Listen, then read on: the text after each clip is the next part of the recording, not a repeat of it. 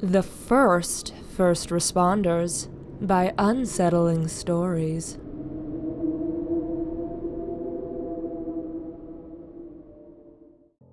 It's gonna take forever to get there in this snow. That was the first remark I heard about the event, aside from the basics. Place, fire type, and potential casualty estimate. For those interested, the answers were Silver Stream Forest off RR7, unknown and unknown. We were in the middle of a once-in-a-century snowstorm. Those once-in-a-century snowstorms that seem to come every 5 years nowadays. Doesn't mean much to some, but for those of us who have to work and drive in them to save lives, it matters. That night, it mattered. Our station is the only one in the area. Under ideal conditions, the rural Route 7 connection to the forest would be a 35-minute drive. We'd be lucky to get there in 90. An hour into the drive, we saw the aurora, despite the howling wind blowing heaps of snow through the air. I'd guess the visibility was less than 10 feet, but the aurora were clear. Electrical? John posited. Not sure how that'd work, someone answered. Sounded like Lloyd. No, John agreed. Me neither. I looked out the side window toward the direction of the light show. It wasn't like the kind I'd seen when I spent time in Iceland after college. Nothing like that. These ribbons of light were thin and fast-moving. All red, too. All shades of red, from deep crimson to something that neared orange. Definitely not the Borealis, I said, mostly to myself. John got on the radio and asked dispatch if there was any new information. They were still working on it. There's nothing but woods and houses out there as far as I know, Andy said. Nothing that'd be causing anything like that. Maybe a meth lab? Lloyd suggested. I doubt it, John said. But I can't think of anything else. The radio crackled. Jenny from dispatch. Looks like a plane might have gone down, Jenny informed us. Ted Davis from the airport over Lovis said he was tracking something for a few minutes before it went off radar. Said it disappeared right around where our first call came in. He didn't see any transponder info on the plane, so probably military. Hope you guys are ready for company. Jenny laughed as she told us the last part. I think all of us rolled our eyes. We'd had to deal with accidents that resulted from goings-on at the military base before. Lots of dick swinging from the military folks about jurisdiction and procedure and all of that. Nothing any of us wanted to deal with. Thanks, Jenny, John answered. Let us know when you get anything else. Oh, and try calling over to the base. I know they don't usually answer, but if they're already heading over there, then we can be ready for the whole situation. Okay, Jenny radioed. At that moment, we were a little more than halfway to the site. Who called this in anyway? Andy asked. A homeowner, I said. Remember a couple years ago when there were those protests about that company cutting down some quote-unquote sacred Indian forest? Oh yeah, is that where this is? Yep. The company put up a housing complex for long-term contractors who worked on the base. About 100 units. Looks like there's a fire near there. Wait, so why are we the ones driving through this freak show of a storm when the military could be dealing with it? Don't know what to tell you, man. We rode in silence for a little while. Snow gouted from the sky in dense, heavy flakes. In the lights of the truck combined with a strange atmospheric light show, the flakes were an eerie, dark pink. Lloyd spoke up. If this is a military aircraft, there's definitely going to be a hazmat situation. God knows what kind of stuff they had on those things. I nodded. And we've all dealt with hazmats more times than we can count. I think I see something, John announced, pointing. The rest of us squeezed together and looked. The telltale orange glow of fire was visible in the distance, filtered through the thick, gauzy flakes. Where are we exactly? Andy said to himself, looking at the GPS. A few seconds later, Jesus, we're still miles from where the call came in. Either Jenny was off about the location, or that fire's a freaking monster if we can see it through this much snow.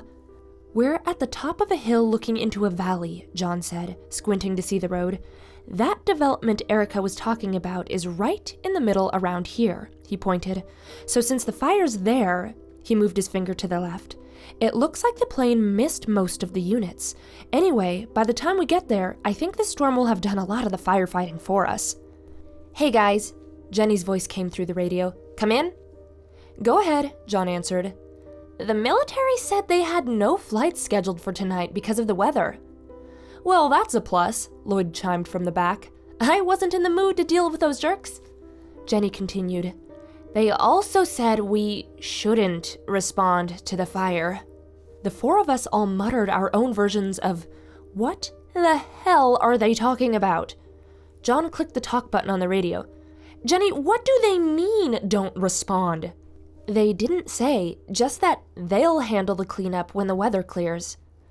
"When the weather clears?" John seemed incredulous. "Didn't a plane crash into a bunch of freaking houses?" "That's what it looks like," Jenny replied, "and I've gotten more calls from the homeowners in the complex. It is burning hard. You've got multiple casualties. I called over to Hewitt and Janes counties to see if they could send their own units. Both can, but it's gonna be a while before they get there.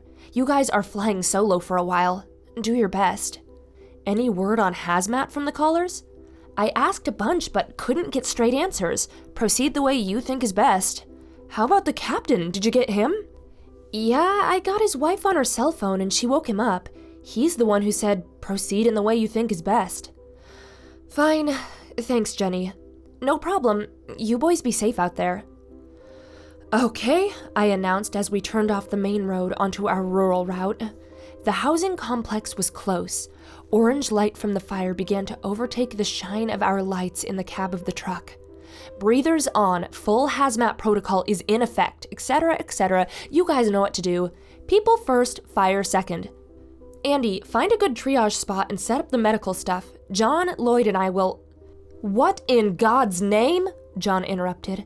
The truck slowed as he applied the brakes, its heavy tire chains chewing into the snow. "What?"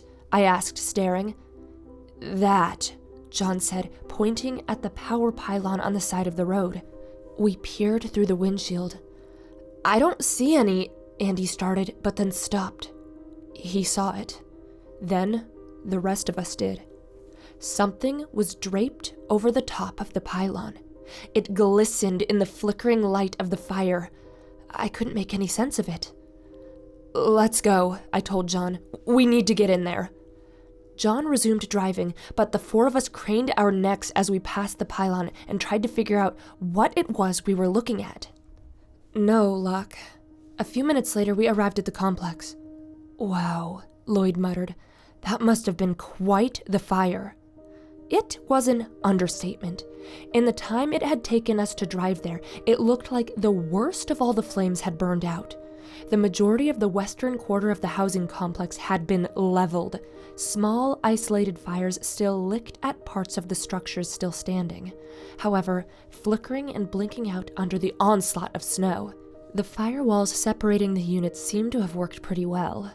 "Why isn't anyone outside?" Andy asked, and gestured to the building on the other side of the parking lot that looked like a recreation center. "There's no footprints going over there." "Probably got filled in by the snow," Lloyd said, "but I don't see any lights in there either."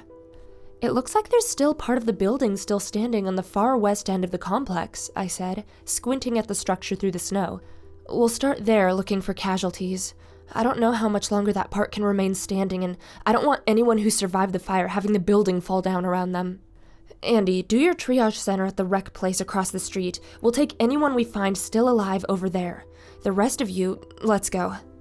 Lloyd, John, and I, donning the rest of our equipment, trudged through the snow in the direction of the western part of the complex. "I can hardly make out what that wing of the building looked like before it burned," Lloyd said. His voice was clear in our in-helmet radios. "I don't know if what's still standing is the stairwell or elevator column or what." "Yeah," I responded slowly, staring with curiosity at the structural piece jutting out of the charred ground and debris.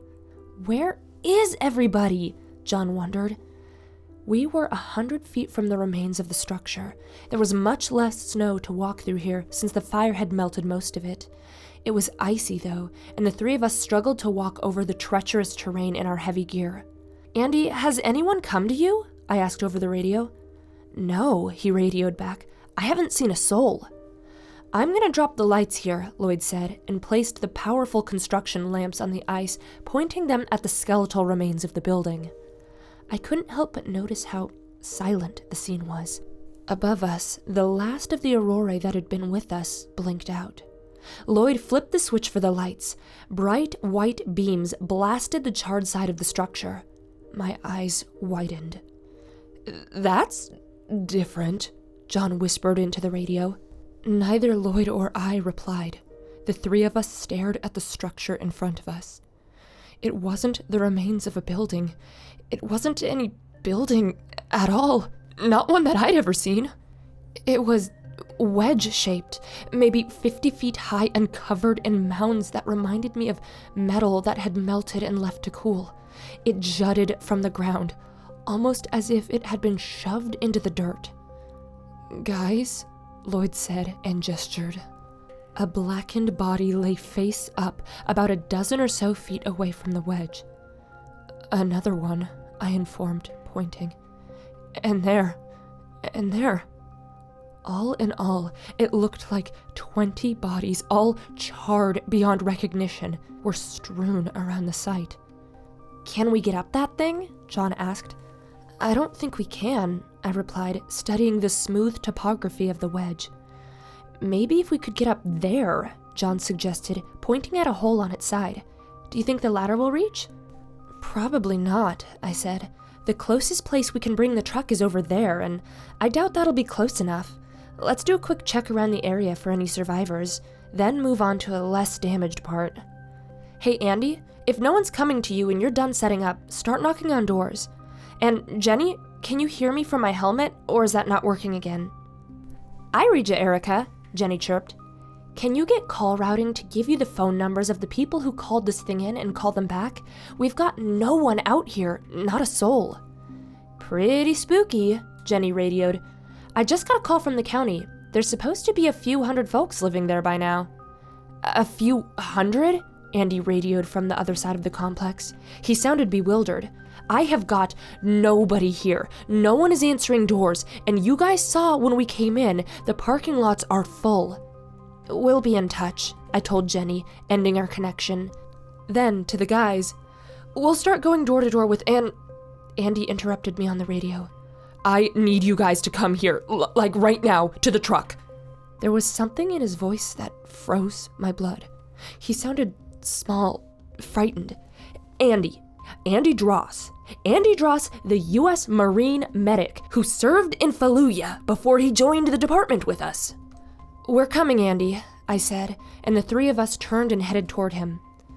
"There's someone there with him," Lloyd called. "Thank God," I thought. "Someone who can tell us what happened here." Andy was standing with his back to the truck. He wasn't moving. He just stared at the person in front of him. As we got closer, it looked like the person was another man, around Andy's height. He didn't look burned, at least from the back, and he was dressed in pajamas despite the driving snow. "Sir, are you okay?" I began, walking up to them, standing behind Andy. The man's face was missing. Everything from his forehead to his chin was gone. I could see inside of his brainless skull from top to bottom, ear to ear. There was no dripping blood, no clumps of gore, just a wet, gaping hole. "What the?" Lloyd gasped. "He came out of that building," Andy said, jerking his chin in the direction of the unit behind us, "and tapped me on the shoulder. He hasn't moved since then." I turned around. Footprints in the snow led from the doorway to where the man stood. John shone his flashlight into the man's skull. Light reflected wetly within the cavity. Andy reached out and touched the man's shoulder, waited for a moment, then pushed. The man resisted the shove, balancing himself on steady legs. "Hey, folks!" A voice came in our helmets. The four of us jumped a mile. It was Jenny. "You find anyone out there? Any survivors?" "I don't know," I answered honestly. "I don't think so." "Okay, well, I talked to the guy in call routing, and he said he couldn't get an ID on the numbers that reported the plane crash." It was a full minute before anyone replied. We couldn't stop staring at the survivor. I eventually spoke up. "Were the numbers blocked?" "No," Jenny said.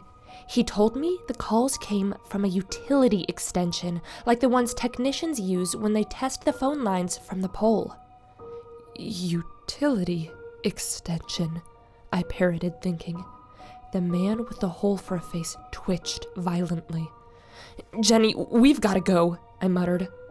Okay, she said, and I heard her radio click off. What's he doing?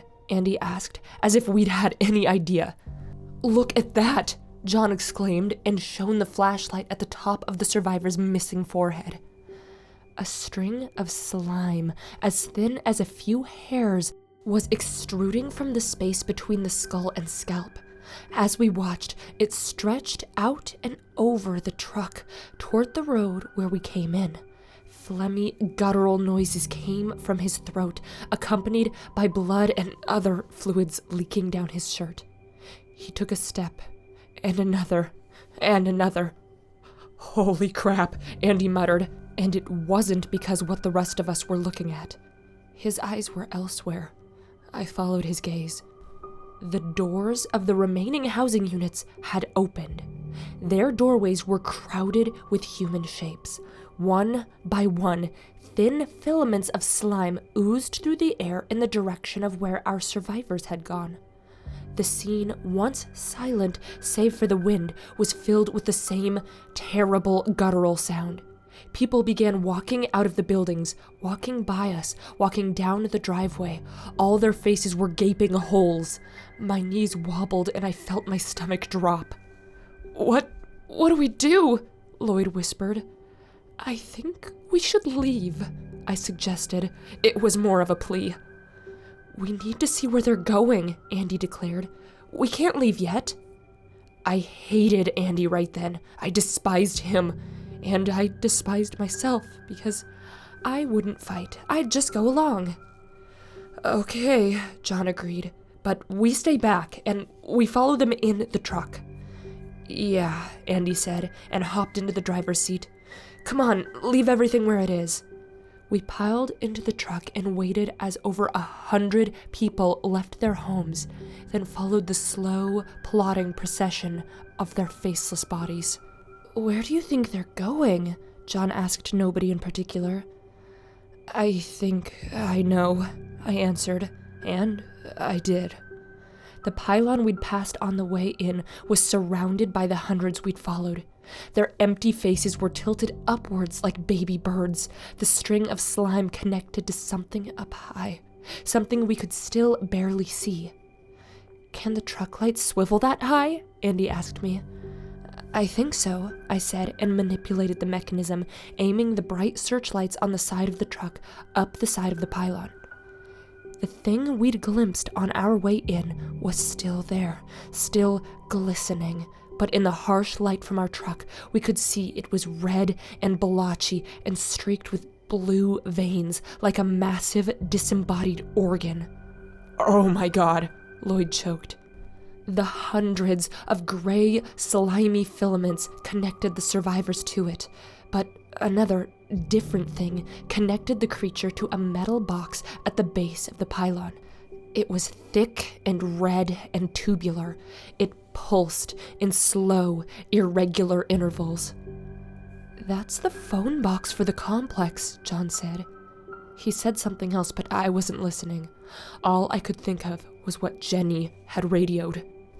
He told me the calls came from a utility extension, like the ones technicians use when they test the phone lines from the poles. Drive, I demanded. Andy, just drive. He didn't do anything for a minute. He just stared at the non-faces of the survivors, which no longer tilted toward the thing perched atop the pylon, but instead pointed in our direction. All of them. I could feel the cold wetness of their hollow cavities deep in my chest. Drive! I screamed. This time, Andy obeyed. The truck skidded for 2 eternal seconds in the deep snow, but then lurched forward. We raced down Rural Route 7 and turned onto the main road back towards the firehouse. I don't believe what we just saw, Lloyd declared. That didn't happen, right? I don't know what happened, Andy said, but something did. The truck sped down the road. We didn't say anything for a while. Why were they looking at us at the end? John asked, breaking the quiet. They wanted us, I guessed. It's gotta be why the thing made those calls to dispatch. More people or something. John nodded. More silence. The radio beeped. Go ahead, Jenny, Andy said. He sounded exhausted. Jenny sounded annoyed. Hey, are you guys still at the scene? The dispatchers from Hewitt and James counties said their crews arrived a little while ago, but can't get them on their radios. And I'm still getting calls from that utility extension about the fire. Andy looked at me, his eyes wide with horror. I picked up the radio and clicked it on. Jenny? Don't answer any calls from that number anymore. And, see if anyone at the base will be around to talk when we get back. So you're not there? Jenny asked. There was bewilderment in her voice. Did you leave in the middle of the Just call the base, I told her. I'll talk to them when I get back. With that, we continued our long drive back to the firehouse in silence. Just the crunch of snow under our tires and the roar of the diesel engine. And every so often, a voice whispering in the back of our minds. A voice asking us to turn around and come back. We didn't listen.